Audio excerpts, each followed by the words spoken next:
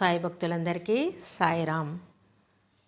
ఆ సాయిబాబా ఆశీస్సులు అందరి మీద ఉండాలని కోరుకుంటూ ఈరోజు బాబా గారు చెప్పే ఈ సందేశాన్ని చూద్దాం. సందేశంలోకి వెళ్ళే ముందర ఈ వీడియో మీకు నచ్చితే లైక్ చేసి సబ్స్క్రైబ్ చేసుకోండి ప్లీజ్.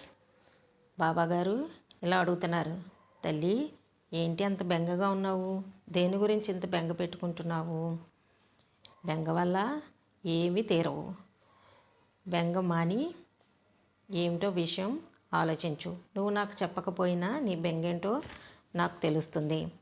ఏ క్షణము నువ్వు నన్ను తలుచుకుంటావో అప్పుడే నీ పీడలు, బాధలు, కష్టాలు అన్నీ నశించిపోయి సంతోషం వైపు పురోగమిస్తావమ్మా.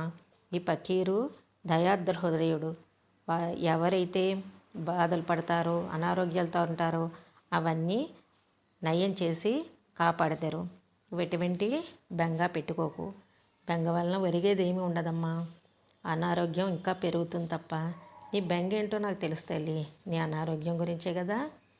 ఎటువంటి బాధపడకు.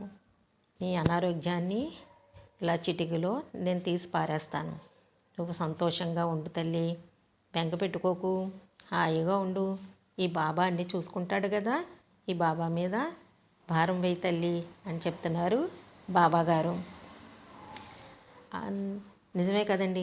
బాబాని మనం నమ్మామంటే ఆయనే అన్నీ చూసుకుంటారు. మనం ఆయన స్మరించుకుంటూ ఉంటే అన్నీ సరిపోతాయి.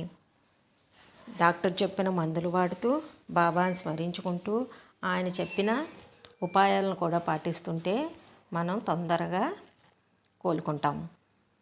బాబా చెప్తున్నారు మళ్ళీ, తల్లి పెరుగన్నం దిష్టి తీసుకుని నల్లకుక్క పెట్టి తల్లి, నీ అనారోగ్య సమస్యలన్నీ తీరిపోతాయి, సంతోషంగా ఉంటావు. మర్చిపోకు తల్లి, పెరుగన్నం దిష్టి తీసుకుని నల్ల కుక్కకు పెట్టి తల్లి, ఎటువంటి అనారోగ్యం ఉన్నా తప్పకుండా తీరుతుంది అని చెప్తున్నారండి బాబా గారు. ఈ చెప్పింది మనకి బాబా సచ్చరిత్రలో కూడా మనకు కనిపిస్తుందండి. బాలగపతి షింపి ఒకసారి జ్వరంతో బాధపడుతుంటే, మలేరియా జ్వరంతో ఎన్ని మందులు వాడినా అతనికి తగ్గదు. అప్పుడు అతను బాబా శరణను కోరితే ఇప్పుడు బాబా గారు చెప్తారు, లక్ష్మీదేవి గుడి వద్దనున్న నల్ల కుక్కకు పెరుగన్నం పెట్టుము అని చెప్పిరి. అతను అలా చేయగానే అతని మలేరియా వ్యాధి తగ్గిపోతుంది. అందుకే మనం కూడా బాబా వారి మాటని పాటిస్తూ నల్ల కుక్కకి అన్నం దిష్టి తీసుకుని పెట్టి బాబా విభూతిని ధరిస్తూ ఉంటే ఎటువంటి అనారోగ్యాలైనా మనకి తగ్గిపోతాయండి. ఈ వీడియో నచ్చితే లైక్ చేయండి, షేర్ చేయండి, కామెంట్ చేయండి, సబ్స్క్రైబ్ చేసుకోండి.